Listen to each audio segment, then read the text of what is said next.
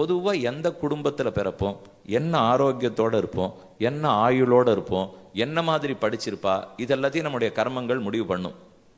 சரி பண்ணிடுத்து சுவாமி, இப்போ நானும் பிறந்தா எடுத்துப்போ, இனிமேல் மாற்றவே முடியாதா? அப்போ முடிஞ்சது தானா? என் வாழ்க்கை இப்படியே தான் முடியணுமான்னா தேவையே இல்லை. பிரகலாதன் பிறந்தார், அசுரனா பிறக்கணும்னா பாபம் பண்ணியிருந்தா தானே பிறப்பா. விபீஷணன் பிறந்தார், ராட்சசனா பிறக்கணும்னா பாபம் பண்ணியிருந்தா தானே பிறப்பார்கள்.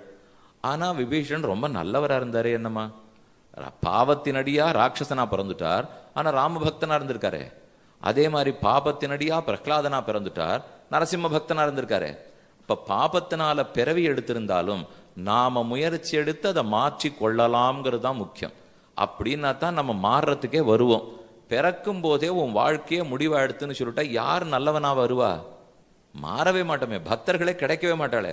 அது நான் பக்தனா இருந்தாலும் முடிவா எடுத்து சுவாமி, நான் விரோதியா இருந்தாலும் முடிவா எடுத்து. அதனால இனிமே நம்ம இந்த உபன்யாசம் எதுக்கு இப்போ ஏற்பாடு பண்ணியிருக்கீர்? இதெல்லாம் வீண்.